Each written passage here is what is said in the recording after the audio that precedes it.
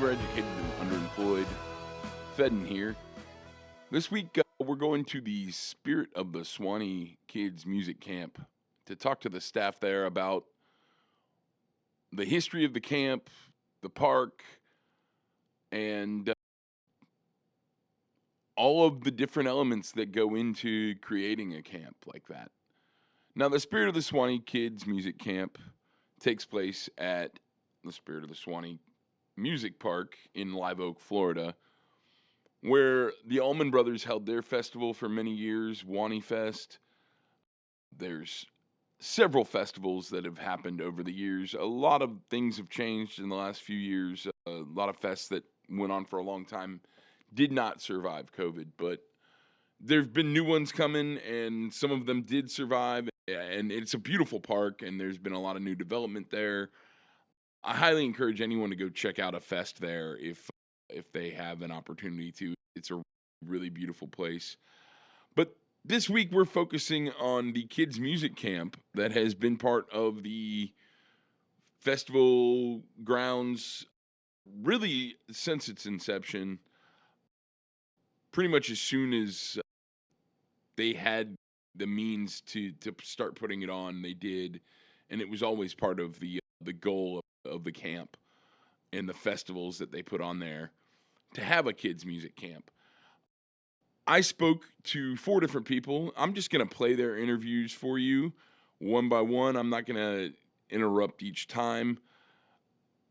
I'll tell you now, I spoke to Elizabeth Fravel, who has been on the podcast before and spoke about the kids music camp on her episode. I also spoke to Rob Schoen, who is someone who has taught there for almost as long as Elizabeth's been teaching there for 16 years. Rob has been teaching there for 13 years. Then I spoke to Melissa Glasscock, who was a student there and is now a teacher there, whose kids also are now students there. And then I got to sit down with Charles Cornett, whose family owns the park.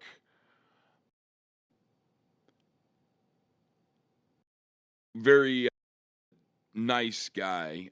He's also the de facto park historian. He archived all the photos and knew a lot about the history of the park and the camp, and we had a great conversation about that. I'd love to talk to him again. He's a super, super interesting guy. Without anything else to say, I'll just break down what the camp is really quick. The Suwannee Kids Music Camp is a camp that it's basically a mini music festival, but instead of going to see bands play, the kids all go to classes. Adults cook meals, adults teach the classes. They have jam sessions throughout the weekend as well as the classes, and then it all culminates with a big concert on Sunday where they get to play on one of the main stages they have at the festivals. So that's really the breakdown of the camp. It's free. It's entirely funded by donations. I've put a link in the description of this episode if that's something you have the ability to contribute to. I really encourage you to do it. They do really great work over there. Check out the Suwannee Kids Music Camp and the staff and the people behind it. Enjoy.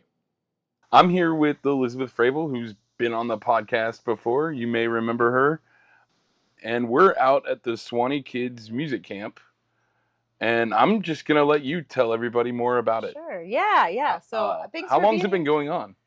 Gosh, a long time. I came on board in 2009, and for years I'd been coming to the Spirit of the Suwannee Music Park for festivals.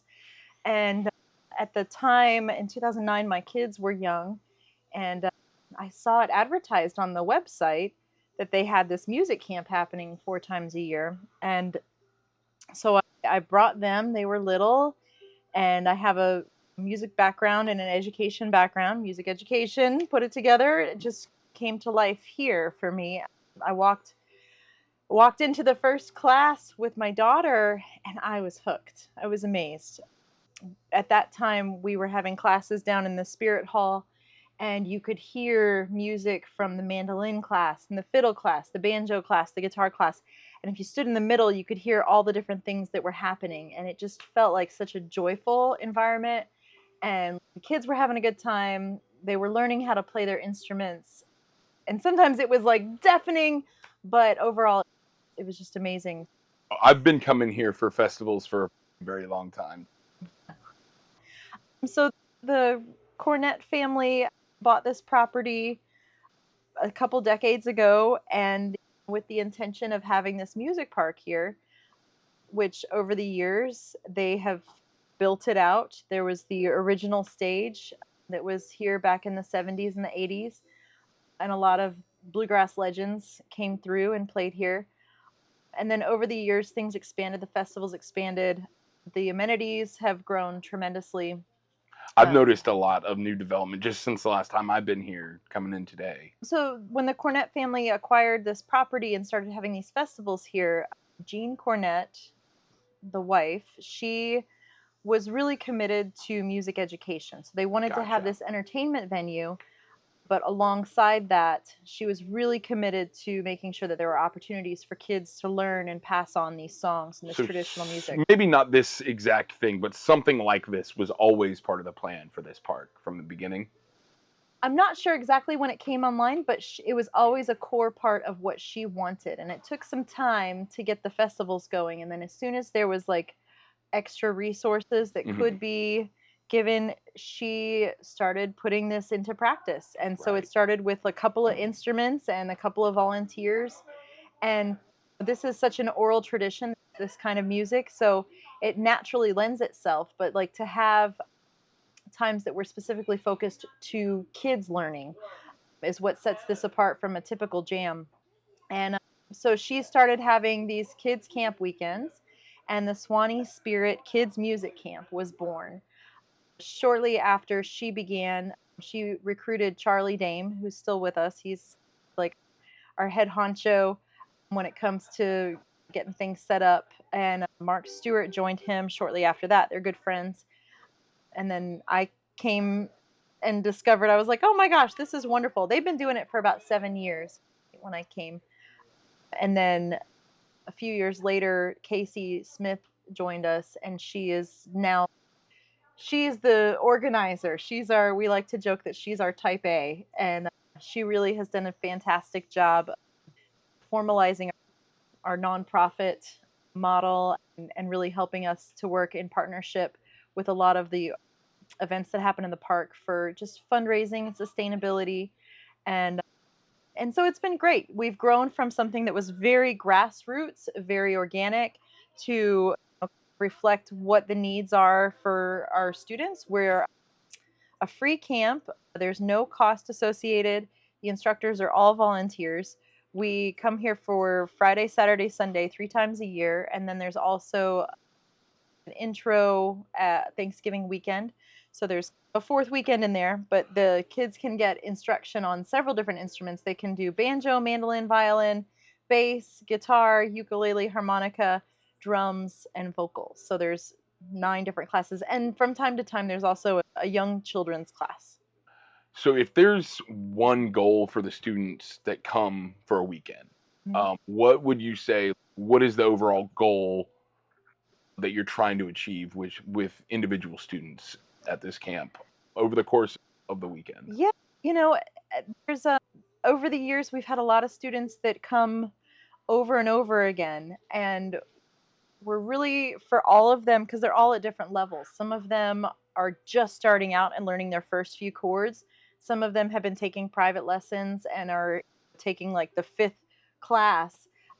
And so just in instilling this joy of music and this sense of musicality and what it means to be a musician that listens to people around them and elevates the quality of the music, but also that kind of ethereal thing that we get from playing music, which is creating community. And so we're teaching the kids to listen to each other, to improve their own musicianship, to be on stage because this culminates with a concert on Sunday. So getting used to what it feels like to have those jitters. And Saturday night we have a jam as well, and so everybody's on stage in a big fun circle. So there's a really low stakes, very loud, very informal way to get on stage. But then on Sunday they are sitting in a giant bluegrass orchestra and playing through the songs that they've been working on all weekend. And that's the same stage that gets used at a lot of music festivals here. So it's Yeah. just they're sharing a stage that's been used by some of the greats. Everybody. Yeah, yeah.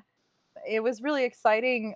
One of the first times that we transitioned out of our smaller space, the music hall, and started using the amphitheater stage because I was like, oh my gosh, like I had just seen Susan Tedeschi and Derek Trucks on that stage a couple months earlier. And then here we were with our students, and I was just blown away that all of us were getting that opportunity to be in that space because it's really special. And the students at the school that you teach at get a similar experience where they Mhm. get to play this stage where all these bands that come to town have also played. And Yeah, yeah.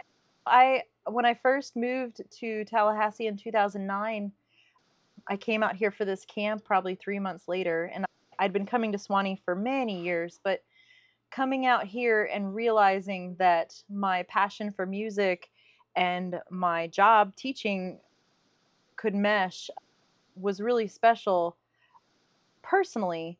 But then as I've gone back professionally, like I inevitably talk about this camp with my students' parents and post online about it. And so I've had a ton of students end up out here, hmm, and a lot of my friends with my daughter kids. included. Yeah, yeah. And you talked about that on the last time you were on the podcast Mhm. too. So I thought that was the way you highlighted it.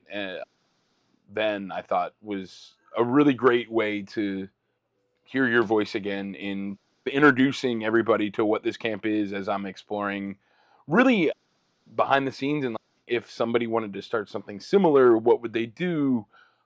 Those are the kinds of questions I'm going to be trying to get at today. Is Yeah. there anything that you've learned over the years in helping organize it that any mistakes that you've learned from or and you don't have to get into the necessarily the mistakes but the lessons maybe you've learned from them or just anything that learned over the years that you wish you had known when you first started? And I know that when you came in, it was pretty established already, but you've also been here a long time now. I feel like 10 years probably. Uh, I've been doing this for 16 years now, and and I just this is one of those places in my life that has always just been such a wellspring of inspiration. And I really feel recharged at the end of these weekends, exhausted, mhm, but so recharged. And I think that a lot of that has to do with the mission of the camp, but also the people that I get to work with here. yeah, They're incredible. And I think in the beginning I wasn't quite sure how it all worked because it sometimes feels a little chaotic. What are we doing? How is this going to work? But everybody comes through there because we're all volunteers. The the parents, they if they see something needs to happen or be done, they come through. If there's a kid that's wandered off, we someone always catches it. So there's really this village mindset and learning how to trust and just be at ease in this place.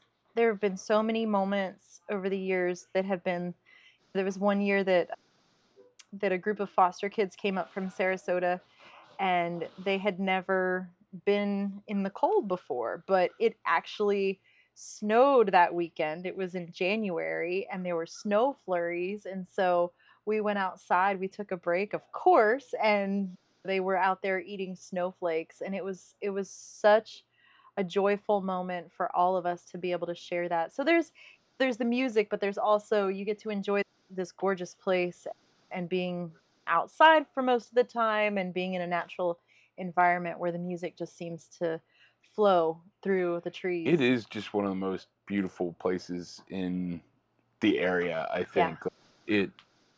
it really highlights like what the beauty of this part of the country Yeah. really has to offer. Yeah. And so one of my lessons has been just to trust the people that I'm working with and the community that I'm working with.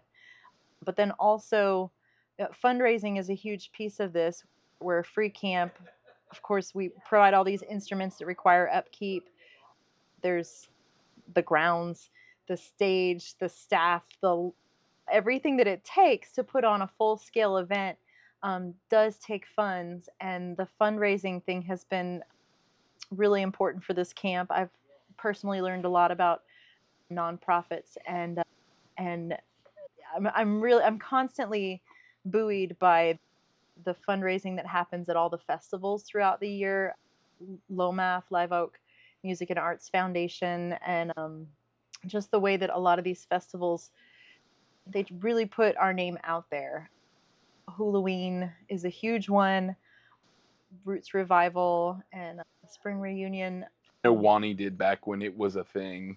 Yeah, there have been a lot of festivals, and they've always put our name out there, and it's amazing to see the way that has helped our camp sustain and grow. And then also, there are now multi generations of students, former students, who are now instructors or And I think we're use. going to talk to one of them today. I Yeah, hope. yep, So yep, and music educators. So there's a lot of people that have gone on to make the arts education their careers because of the experiences that they had here.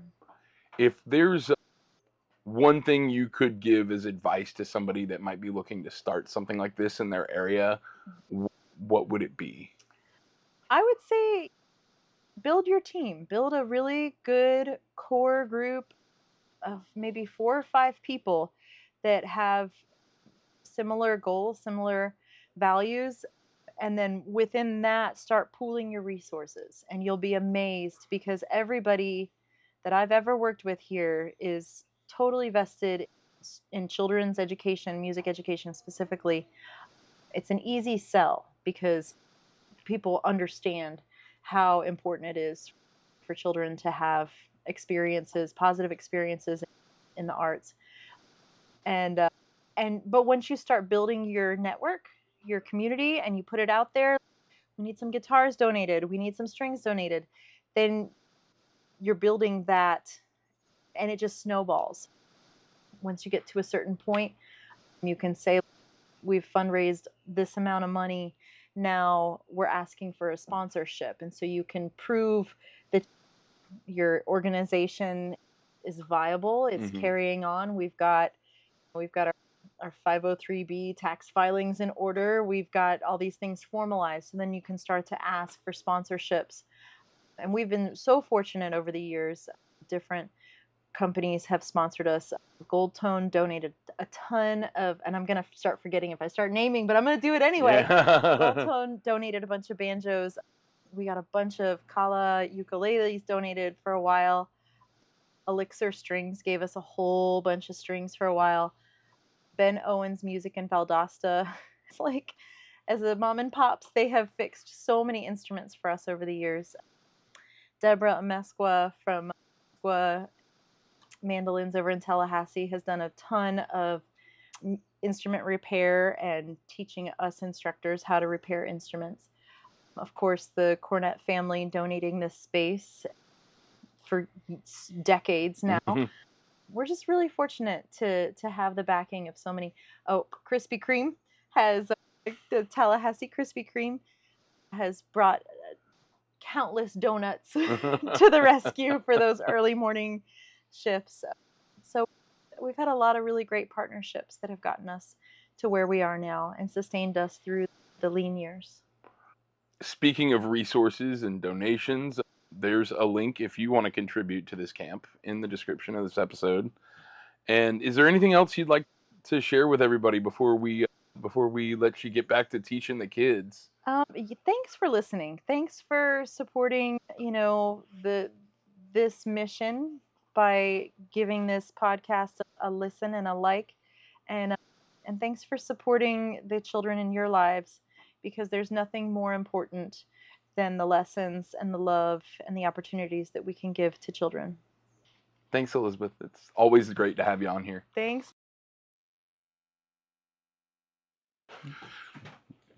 All right, I'm here with Rob Schoen, who has been teaching here for over a decade, and you said 13 years. Yeah, 12 or 13. And your kids have gone here over the years. And anyway, just can you talk just to start with a little bit about what this place means to you, what the camp has done for both like your community? It seems like it's been a big part of your family, but also big part of your music life too. So if you can maybe just talk about that. Yeah, it is.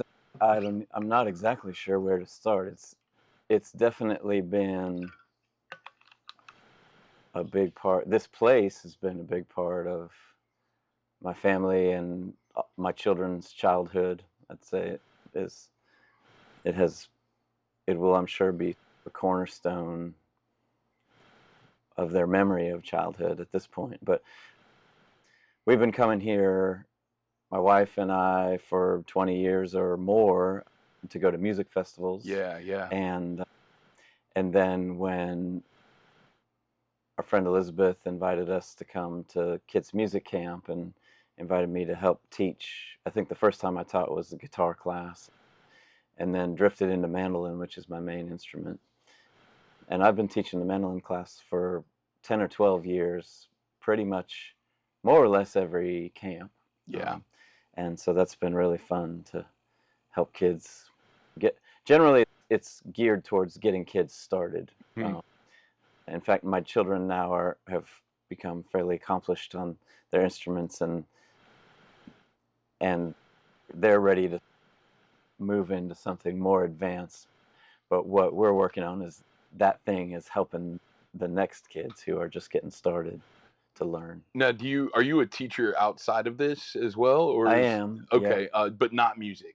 No, I don't teach music. Okay. Outside of this, other than just with friends and socially. Right. So, what about teaching music specifically do you think you get a spark out of that's different from just teaching whatever it is you're teaching in the classroom? I teach math and I teach research methods and how to study how people learn math in my professional life.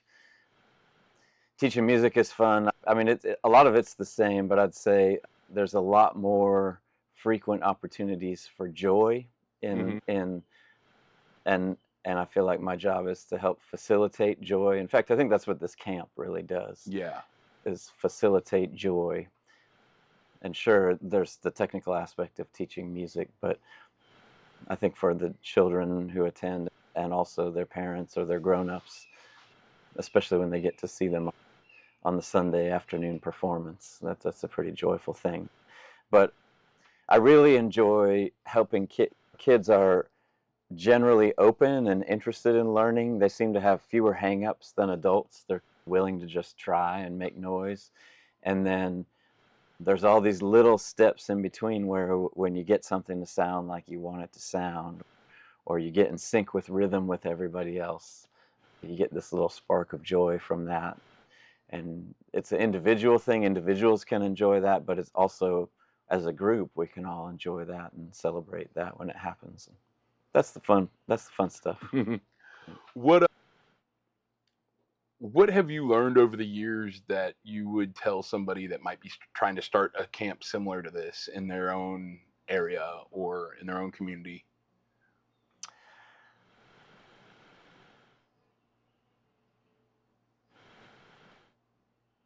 I think it's really important to approach it to celebrate the positive, celebrate what someone can do or what they did just do, and don't expect the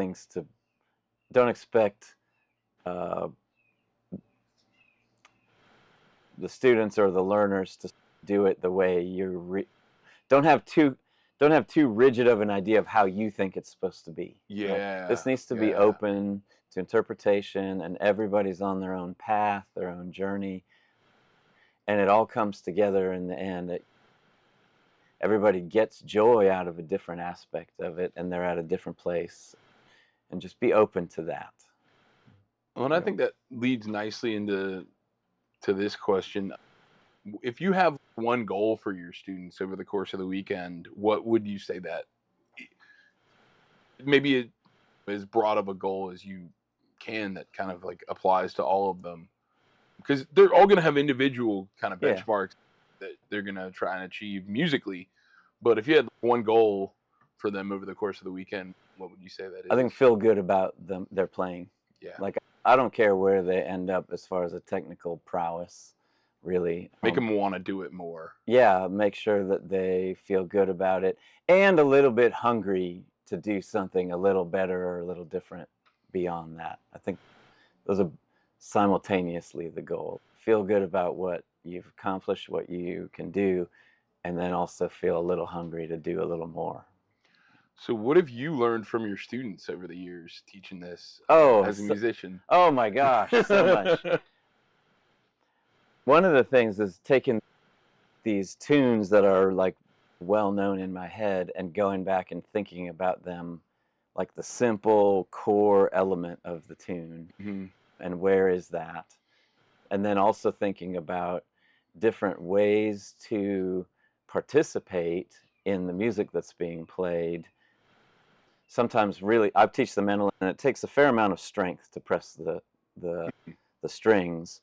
And I've learned that some of the youngest children, the 5 and 6-year-olds, just don't have the hand strength to do it.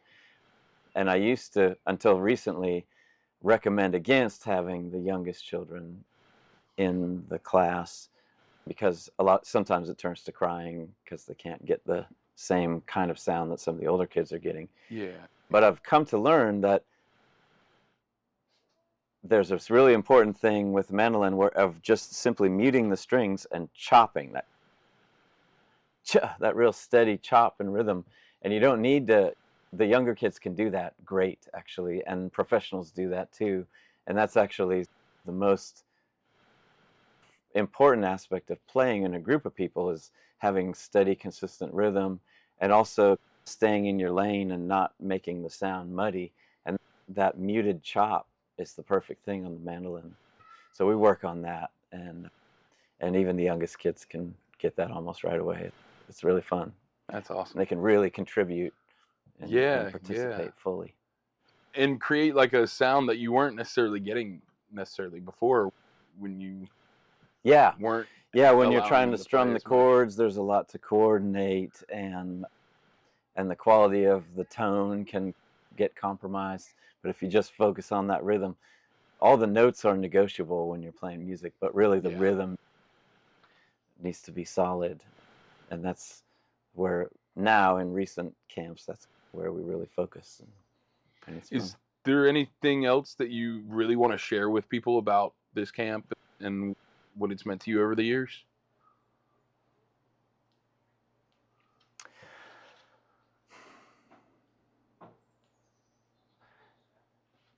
One thing I think that I heard a man named Seth, who's the executive director at Augusta Heritage Center in West Virginia, that I'll kind of say that I think he's really right, is to have the highest level of music, right? Whether it's, I don't know, chamber music or big band or rock and roll or commercial music or jazz or whatever it is, you really need to have a really solid base of kind of folk music, or everybody playing music. Music is not supposed to be a spectator sport. It's one of the most human things there is. It exists in every human culture, and really it should be a participatory thing. And you can't have the geniuses rise without a really solid base of people who play the folk music or the things like that. You don't get Mozart without a solid base of Austrian folk music. You don't get Bach without a really large pool of German folk music being played. And then some of that genius can bubble up to the top and be lasting. And that even goes for commercial music as well. Yeah. And the business side of things. when you have a really large pool of people who just play as a part of their everyday life and participation and interaction with each other, that on itself is extremely satisfying and really human connection. That, but then sometimes what bubbles up from that are these really amazing geniuses that push things forward in music or the business of music or whatever it may be. So Rob, thank you for your time. I really appreciate you sitting down. I know you got a class to teach here in a few. So thanks a lot for sitting down with us. Appreciate you. Happy to talk about it. I'm here with Melissa Glasscock, who is someone who started here as a student. Yes, I was probably 7 when I started coming to music camp. And now your kids come and you teach here. Yes. So I teach the ukulele class, and my kids have been coming since they were infants, helping alongside me, and now they take classes.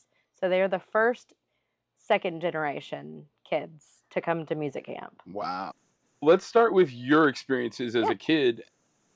What did you really remember? What do you really remember as a kid about this? And like, how do you think it helped shape who you are now? Well, so I grew up coming to the festivals here first, and then my dad was invited to help out with the mandolin class, and so he brought me along with him because I was this little shadow growing up. And so I came and I took the guitar class because I wanted to be just like my daddy, because my dad plays guitar. And so I came and I didn't know a single thing what I was doing. There's this picture of me with my like face at the concert my first year because I didn't know what I was doing at all, which is really hysterical because I still make that face whenever I mess up. But yeah, I mean, it's when I was 7 years old, that was my first year, and it was pretty small back then. it really was. We had it in the Grand Hall, which is down there by the river, and it was very small. And then it got bigger and bigger every year. And now, about how many kids sign up each time? Between 90 and 150 kids. And what's the cap? Do you know? I don't know. Yeah, I think it's around changes. 160 or 150. It changes depending on what like teachers we have in each class. Right. And sometimes the cap for my class changes depending on the necessities of what we have going on. Gotcha.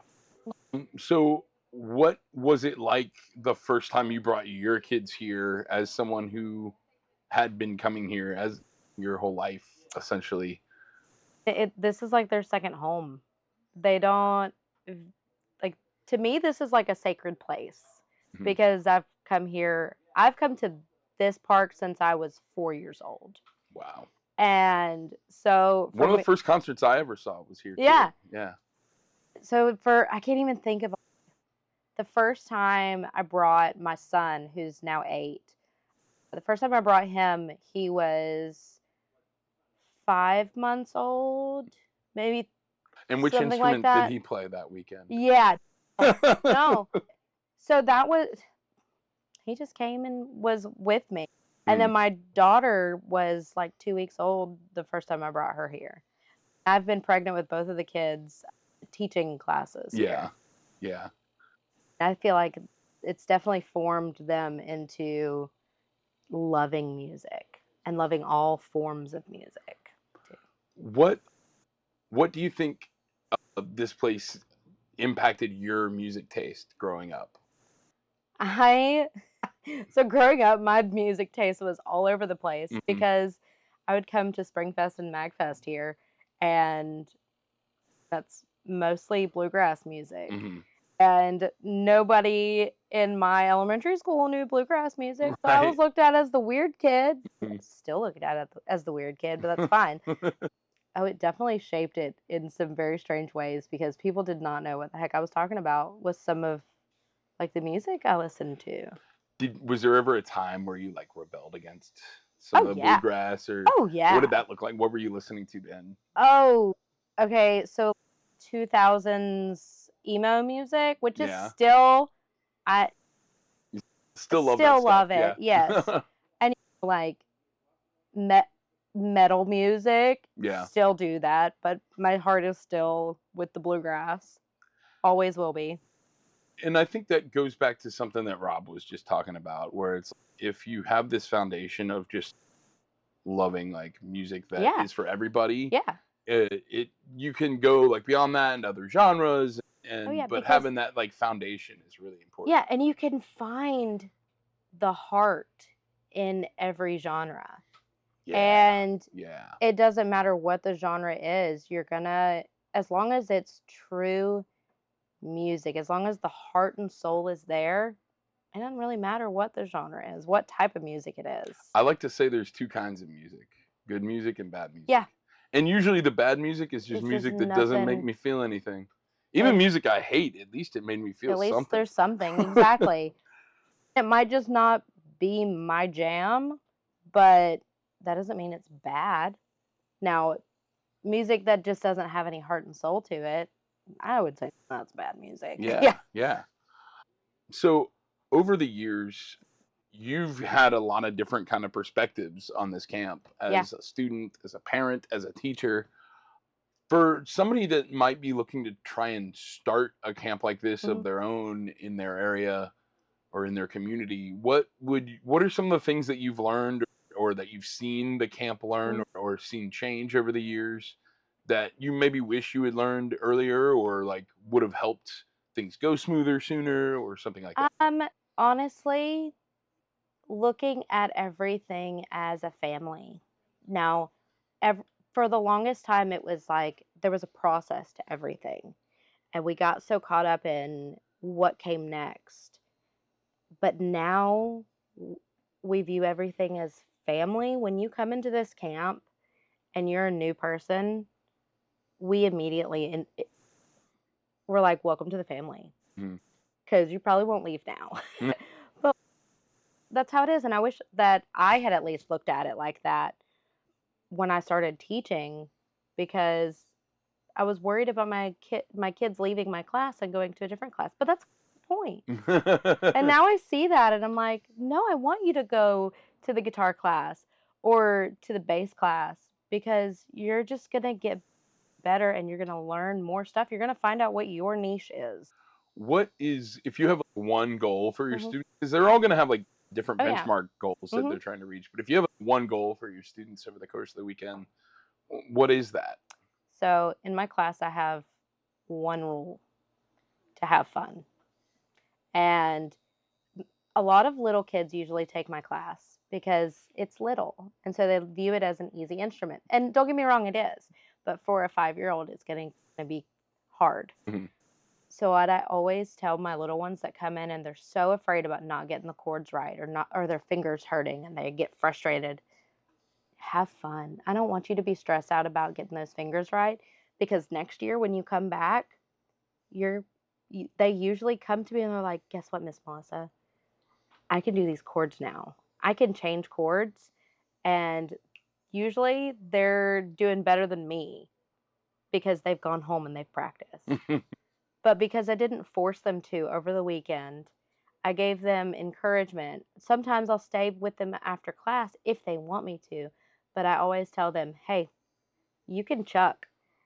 If you are uncomfortable, especially if you're on that stage, mute those strings if you're uncomfortable. Smile, because I don't want you to have a bad time. Yeah. That's my main goal, is for them to have a good time and enjoy music.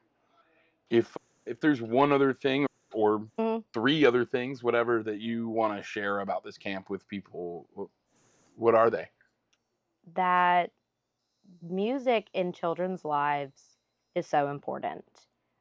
Whether they've never picked up an instrument before in their life, or if they are around musical instruments all the time, it's so important to just get them introduced to music, because I've seen both ends of the spectrum. I had this little boy that came in and he loves listening to music, but he'd never touched a musical instrument. His mom didn't know anything about music, but she brought him. He is one of my favorite students, and he has blossomed into a wonderful student. So just that introduction into music is the most important part for me. So one question that I Mhm. ask every musician that I've had on here, except I did not ask Rob, but I wasn't really, the conversation didn't really go Mm. there. What's the first song that you remember loving as a kid? When I my name, Melissa, was my favorite song growing up because it was the song my daddy would play me when I was a baby to put me to sleep. So that's the first song that pops in my head. But truly, and it's so funny because we're doing it this weekend, it's in the songbooks. Mhm. The first song I remember my daddy putting a CD in his truck when I was a kid, and I would ask him to play it over and over again, was Bury Me Beneath the Willow. Old bluegrass Mhm. tune, classic bluegrass tune. That was like the first song I can remember like asking him to put on over and over again. Well, Melissa, thanks for sitting down with us for a few minutes. Is there anything else that you want to share before That's we, it. all right. Well, thank you so much. I appreciate you sitting Thank down. you. Thanks. Well, I'm here with Charles Cornett. Fill me in a little bit about where you landed I'm, on this. I'm the youngest son of Bob and Jean Cornett's 6 sons. And Bob and Jean, my parents started this place in the 80s, and it was a spinoff from their very successful bluegrass festival in Kentucky called the Festival of Bluegrass. And they were a full-time home for music festivals. So they moved down here, put everything into this. I ultimately got my day job with the government over in the Jacksonville area. And so I've been involved from the beginning on things going on here, but as my parents aged, my brother James Cornett came down from Kentucky and took over operation of the park, and since their passing, he's been the owner and CEO of the place. I'm a professional volunteer. When they need me to do something over here, we do it. But I've become the art historian because I've had the job of archiving all the photos and videos of the history here over the years in our family history. In this camp with your mom Jean's, kind of her passion project. It right? was. I tried to find it on the way in. A long time ago friend of mom and dad's made mom one of these giant goofy hats. Actually, dad wore it, but it said Jean Cornett, mother of bluegrass festivals, and that was my dad's slogan because he learned. Dad was an idea person. He was an inspirer. Mom was the one that had to get the rubber on the road, and learning to do bluegrass festivals effectively was, in his opinion, like giving birth.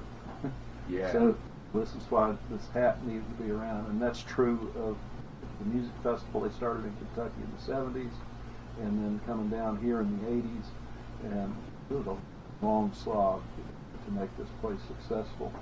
And the kids' music camps evolved from that because as they looked around at their aging audience, the original people that jumped on their ship, they could see that the family connection, the connection between the children and the adults was not as strong as it used to be. And Dad had a concept called the Wise Village that he got inspired by some educational action in eastern Kentucky.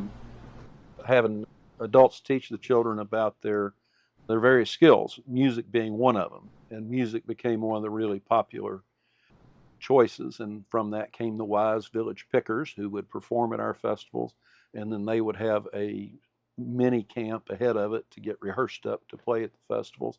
That led into the children that weren't part of the Wise Village Pickers becoming part of the event as well. So we did a little digging, and it's not a whole lot of historic data on this, but we think about 1988 was their first semblance of a music camp, and from that point on, pretty much every festival that Mom and Dad produced, there was a kids camp component, and then our camps here evolved from that was why it limited to festivals, and we've had multiple iterations of leadership over the years, but it's been a staple, and one of the reasons by not having it tied to a festival is we have a lot more facilities to offer to the camps and to larger groups.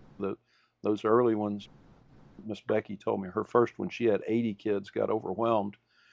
40 is more typical in that style at festivals. Here we're doing typically 120, I believe, is the number. So it's, but it all goes back to that yearning to keep the kids and adults connecting on artistic measures, on learning, inspiration, not necessarily in a classroom, but that connection we all feel around the campfire at a festival, and the kids come up and join in and that sort of thing. It means a lot to them, and sticks with them forever. What are some of the lessons that you think you've learned over the years seeing this camp happen, especially things that you maybe wish you had known earlier, or if you were talking to somebody that was maybe trying to start their own type of camp in their area or their community? That's a call we actually get fairly frequently. Is how those things work. And I literally talked to a lady on my way over here that was part of those very early ones. And even though our festival in Kentucky doesn't happen anymore, they are still doing the camps, and because they was the most important part of the festivals. I think lessons I've learned is volunteerism is absolutely critical. I would love to produce music camps, but I'm a total hack musician. Same. That's why I'm talking to the musicians. And you need people that have that, not necessarily like a certificated teacher skill set, but the skill set to help get what we're doing. We're getting kids over the first hump. We're wanting them to walk away feeling a success of having learned a song or two, something they can take home and show their grandparents or their big brother. And that connection doesn't work without the right people helping. And I don't know how many volunteers there are this weekend, but probably 30 plus when you count everything. And it doesn't function without them. And there's things that people wouldn't even think about, whether it's the registration or the food or in a lot of ways it's a festival. So we have some skill sets in that regard. We know that you can't just throw up a stage. People need a place to use the restroom. They need meals. They need to know when things are going to stop, when they're going to start. You got to at least think about security, all those things. And the team currently running this camp it's effectively turnkey with regard to the park. They don't ask much of the park other than to use the facilities, and I think that's an important component. Is you're making yourselves part of the value of the place by it's more of a contribution instead of what you can take. But what can we give back? And it's a multi-way street, and only functions with that. But I, aside from bringing my grandkids from time to time, I don't worry about the camp. It's these folks work hard to make it easy for us. And as someone who's been here for a lot of music festivals and for a lot of kids' music camps, it's a lot. It's easy to fall in love with this place. Oh yeah. It's a lot easier to fall in love with this place when it's not packed. Oh yeah. Brim to the brim with people. Yeah. When you get to really enjoy the scenery, when you get to see the full grounds too, because there's a lot of the places here, like you mentioned, when during a festival aren't even accessible to the public, or they're VIP or something like that. Well, it seems so daunting. And Suwannee Halloween, for example, there are people that are camping maybe not over a mile, but about a mile from the stages, which is everywhere. And you come out on a peaceful night, and I went and watched the bats fly the other night by myself. There was nobody else there. And that's the kind of things you encounter, the wildlife you encounter when it's quieter. And on the really special side, you're out scooting around on your golf cart or taking a hike, and you run across the two kids with their instruments practicing under a tree somewhere. Yeah. And you feel like you just hit a grand slam. It's that's the money ball, is watching them succeed. We have mentioned in passing inside, but you asked about Broadview, seeing kids that literally started here in kids camp beginning a musical career, some of them successfully. Now, there's been the thing, Lexington, Kentucky's been going on longer. There are long-term professionals that came to our camp. Was one of the first organized things they did with regard to their music, and that makes you feel great. And then you see the kids that were in camp with them getting inspired because they have found some success. And I don't mean financial success, the adulation of getting up on stage and getting there. And one of our own young man from Thomasville, I think he's 22 now, is off in Colorado starting a profession. He's been there about a year and starting a professional music career and doing very well. I've got video of he and I jamming around the fire singing Johnny Cash when he was 12. Now, the Spirit of the Suwannee Music Park is open year round. It's not just open for festivals. Y'all have live music, and if you want to tell people about some of that you have going on. Sure. Of course, we've been here 40 years now, 40 years this year. And we have multiple festivals, typically 9 or 10 major festivals a year, ranging in attendance from, say, 4,000 up to 30,000. And the nice thing about that, you can pick and choose what your crowd size is within that. A lot of roots music, a lot of it is absolutely steeped in what the kids learn here.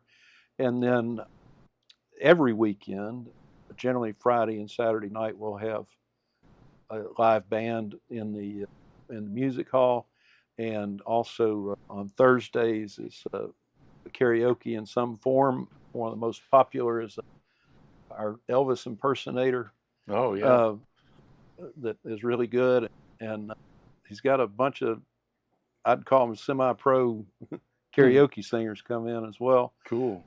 And there's smaller festivals, gatherings. We have all sorts of family reunions and car shows and that sort of thing. It's a big place. We're roughly 1,000 acres, and there's thousands of campsites. So much of the year, there's lots and lots of room. And even a typical weekend, you can still go find that solitude spot along the river. We got a mile of Suwannee River out there, and you can canoe and kayak and all that. So you can always find the peace and quiet, except the really big ones. Yeah, for sure. Yeah, not every weekend is Suwannee Fest. Right. What's your favorite show, if I may ask? Over the years? Yeah. I think 2007 Suwannee Fest may have been it for me. There was a widespread panic set that it started raining during. That was just absolutely magical. George Clinton, I remember George being was there, but he wasn't playing. But I was wearing a Funkadelic T-shirt, and I'm actually going to be having Danny Bedrosian from Parliament Funkadelic on in a few weeks here. He's got a new book coming out, but I'm wearing my Funkadelic shirt, and George walks up to me and he goes, "Nice shirt, kid. Is it licensed?" And but yeah, no. Derek Truck's band played that weekend. It certainly wasn't the last year, but it was one of the last years that Suwannee Fest happened. And it was. I came with my aunt, and it was from top to bottom. Whether it was music, the weather was nice, or the company with my family and my aunt. It was all of it was wonderful. I don't know how old you are, but you had to have been fairly young then, I would guess. Oh, my 20s. Okay. Yeah, I was old enough to have fun. Okay. Now that I'm thinking about it, it may have been a little bit later than 2007. 2007, I was definitely here. I'm thinking maybe it was 2010. 18 years ago. Yeah. We all the time. It's mind blowing to me. We've been here 40 years.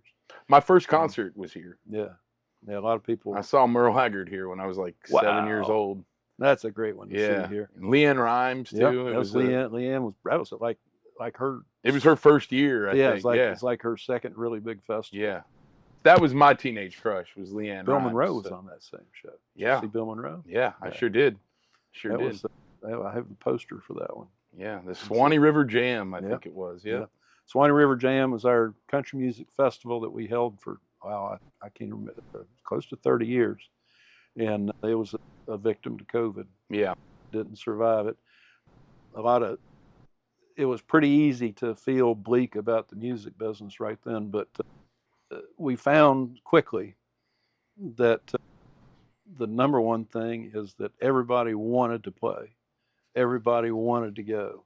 And ultimately, we started figuring out the science a little better, but the talent, the people we had calling saying, please put something together. You know? Yeah. We did a golf cart country festival where you had to arrive in your golf cart and all the spacing and all that. And some of that kind of seems silly looking back, but it's what the moment called I went for. to Shoals Fest in 2021, and they still had a lot of precautions. That's Jason Isbell's fest up in Muscle Shoals. Yeah. And it was in that kind of that in between time where Yeah. where some of it was starting to feel like maybe a little silly, but Yeah. we were also like, if this is what we got to do to get it done and to Yeah. make it happen and to make everybody feel safe. And Was a- there were some bands that wouldn't tour unless they wouldn't play a place that didn't require vaccinations. Sure. It complicated things Oh, across it the was board. enormously. And then on the artist side, which you described that they had the vaccine requirements, some of them, and that was totally fluid as well. Mm-hmm. But their biggest problem is they're putting this team of people, and depending on how big the act was, the bigger the team, loading them into buses together and bringing them to a show. Yep. And all it takes is for one of them to test positive, not to get sick, but to test positive, to bring everything to a screeching halt. Now everybody's got to go back home, and there's bills flying all over the place, shows getting canceled, and so on. It's extremely complex. Yeah. And a lot of moving parts that just didn't even exist before. Yeah. It was a very crazy time. But it was interesting. The bigger the act, the bigger the problems. So it opened a door for more roots acts, people that live together all the time. Family bands were suddenly doing very well. One of my favorites is a group out of Branson called the Petersons. And they're just a simple family that took up playing bluegrass together. But they've got a huge following on YouTube now. And much of that was built around the COVID era. We were so yearning music, the family connections. Yeah. Here we can watch it on TV anyway. And I think a lot of people stayed connected to artists through COVID and actually ended up feeling like they had this kind of a closer connection to them by the end of it, because they were watching these live streams instead of seeing them on these giant stages. Anyway, I feel like we could talk all day, Charles. We can. That was well, and I think it's important to recognize, with regard to the kids' music camps here, we've talked about how important the team is, but the leadership, I go back to my father. Dad was not a detail guy at all. Mm-hmm. He was an inspirer. Right. And he would inspire my mom to take on these projects. They raised 6 sons, so they pretty good at juggling the mob, or at least Mom was. And right now we've got the amazing Casey Smith as our camp director, and I'm not sure where the titles land. I think Charlie Dame still holds a title as well, but that's a perfect example. Charlie's kind of the inspiration. Casey's the rubber meeting the road and getting all the pieces in place. And I know Charlie plays, but I don't think Casey plays a note. But she invests a significant chunk of her life into making these work. And it just tells you don't have to be a player to be a part of this. Yeah. There's people to be fed. There's instruments to be cleaned and adjusted and put away after every festival. There's trash cleanup, folding chairs. There's always something you can do. There's registration. Yeah. There's the all kinds raffle. of things. Yeah. And a lot of people want to know financially how they can help, because it's important to note these are free. Right. The families are not charged to have their kids in these camps, and for the most part, everybody involved is unpaid, and so the financial help is a big part of it. And we do have a link to that. I hope we'll put it on the screen now. And I believe it's samc.org, I think is correct. Suwannee Spirit Kids Music Camps. Anyway, you'll have the link up there for sure. And we've got long-term donors that just make it a regular thing. And then for those that want to dip their toe in the water, Sunday, I assume it's at 2:00 is the typical time for the performance. And anybody's welcome to come in and watch the kids play. They show off what they've learned. It takes about an hour. And there's a raffle there that always has some very cool items for you to buy a raffle ticket on and contribute to the camp that way. So and there's always instruments that are needed. There's always that's one of my favorites. I can't stop shopping for instruments on Facebook Marketplace, but I see people that have things on there that are been sitting there a while, and I'll send them a note and say, you could donate that to a worthy cause. And I know that at least sometimes the camp, when they recognize the kid that's got a particular promise and doesn't have the means to afford an instrument, they'll find a way to have one of the, because all the instruments we have are donated, and maybe find a way for one of those to end up in a kid's and that's the other thing that should be noted. I don't think that we've mentioned yet is kids don't even need to bring their own instrument. The instruments are typically provided. Yeah. At least as much as there's supply for. Those that have instruments are welcome and encouraged to bring them. Though if mom and dad would make sure they've got strings on them. If you don't know how to tune it, don't worry about it. But a fresh set of strings is good, and but they have plenty of functional instruments here. Yeah. And it's hard to, especially when a kid is trying to pick an instrument. Yeah. You're not going and buying every instrument that they want to try. That's right. So this is a great opportunity for that as well. Yeah, and the kids, of course, they pick an instrument going in. Not something that needs to happen all the time, but if it just didn't working on day one, most of the time they can find a way of swapping you into a different class. Sure. And help you get a leg up. And then somewhat all ages. I think 5 to 15 is the guideline.